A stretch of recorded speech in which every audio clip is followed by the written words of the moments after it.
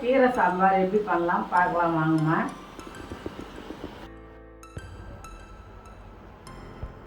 பருப்பு எடுத்து நான் கழுவி வச்சுருக்கேம்மா. அதில் ஒரு 4 பல் பூண்டு போட்டிருக்கேன். அதான் செய்யணும். அதான் துவரம் பருப்பு அதில் போட்டிருக்கேன். ஒரு சின்ன பெரிய வெங்காயம் குட்டி குட்டியாக 2 வெங்காயம் கட் பண்ணி வச்சுருக்கேன் போட்டிருக்கேன். 2 தக்காளி போட்டிருக்கேன். கொஞ்சம் மஞ்சத்தூள், ஒரு 2 சீரகமா, அடுத்து பெருங்காயம் போடுறேன். இதை நல்லா வேக வச்சுட்டு அதுக்கப்புறம் நம்ம சாம்பார் எப்படி பண்ணுறதுன்னு நான் கீரை போடணுமா. இதை நான் அப்புறமா வீடியோவில் காட்டுறேன். இந்த தண்ணி ஊற்றிக்கலாம். அவ்வளோதான்ப்பா, இது வேகட்டும். போட்டு குக்கரை மூடிடலாமா. நான் ஒரு 5 நிமிஷம் சிம்மில் வச்சிங்கன்னா பருப்பு நல்லா வெந்துடும். இப்போ 2 ஸ்பூன் நான் சாம்பார் பொடி போடுறேன். நீங்கள் காரத்துக்கு ஏற்ற மாதிரி நீங்கள் போட்டுக்கோங்க. இந்த கலர் கோசம் நான் வெறும் சில்லி பவுடர் கொஞ்சம் ஒரு 1/2 ஸ்பூன் போடுறேன்.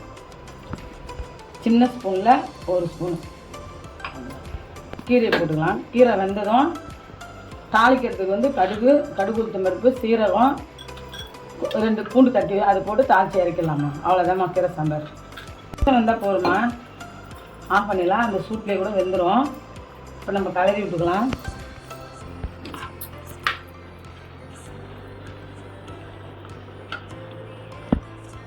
இல்லை உங்களுக்கு சீக்கிரம் ஆகணும்னாலும் ஒரே ஒரு விசில் விட்டு கூட ஆஃப் பண்ணிவிட்டு நம்ம தாளித்து எடுத்துக்கலாம்.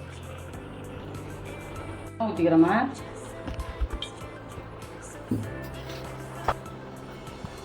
கடுகு போடுக்கிறேன்.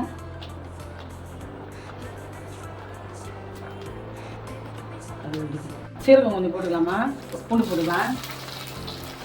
மறுபடியும் கொஞ்சம் பெருங்காயம் போட்டுக்கலாம்.